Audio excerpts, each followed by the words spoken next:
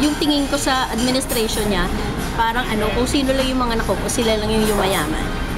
Parang, kasi, di ba yung ex-husband ko nga, di ba yung auntie niya congresswoman sa Lanao? Eh wala rin naman nagagawa yun, isang traffic light, wala siyang napalagay doon. Pero saan siya nakatira? Sa Philinvest, lahat ng bagong sasakyan meron siya. Hindi nga makapagsalita sa Congress dahil boba. Pero dahil under siya kay GMA, ayun, yaman-yaman niya talaga, sobra. Yung mga anak niya, tig-iisang pajero. Ganun, pag under ka kay GMA, lahat makukuha mo. Basta susunod ka lang sa kanya. Kasi nga yung auntie nga ni Mudi, hanggang ngayon congresswoman pa rin yun. Parang last term niya na to. Yun ang napapansin ko kasi nakikita ko eh. Pero yung mga taong walang pera, hanggang ngayon wala pa rin talagang pera. Sobrang hirap. Anong mga nakita mong malaking change from dati? From bigla ang hirap na umutang sa bangko, ang hirap ng mag-auto loan, kagaya dati ang dali lang, kaya hindi na ako makabili ng kotse. Dahil dati, di ba ang dami kong kotse dati, mabilis lang dati mag-release yung bangko.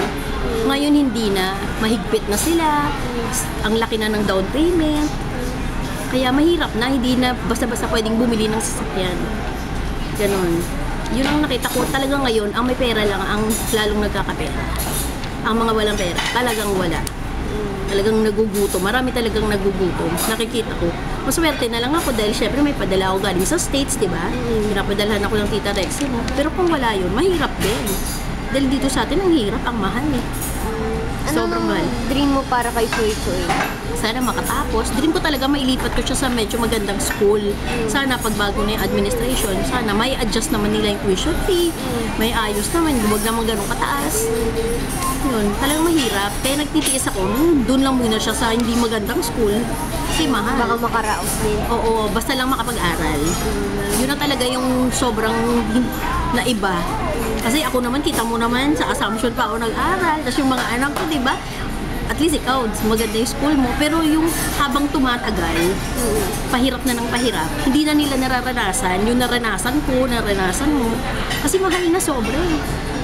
Baka nga hindi na makapag-aral yan sa susunod pa, di ba? Pag tuloy-tuloy pa na ganyan. Ano pa?